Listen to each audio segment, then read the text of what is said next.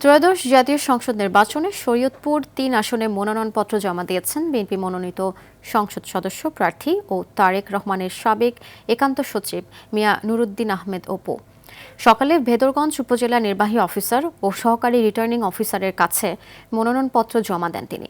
এ সময় বিএনপির ভারপ্রাপ্ত চেয়ারম্যান তারেক রহমানের ৩১ দফা বাস্তবায়নের মাধ্যমে সমগ্র শরীয়তপুরকে আধুনিক ও উন্নত শহর হিসেবে গড়ে তোলার অঙ্গীকার করেন তিনি। এই ৩১ দফার রূপকার হচ্ছেন আমাদের প্রিয় নেতা জনাব তারেক রহমান।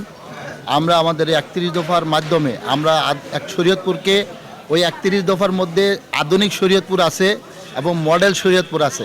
এই সুসংবাদরা আমি শরীয়তপুরের প্রত্যেক মানুষকে জানিয়ে দিই।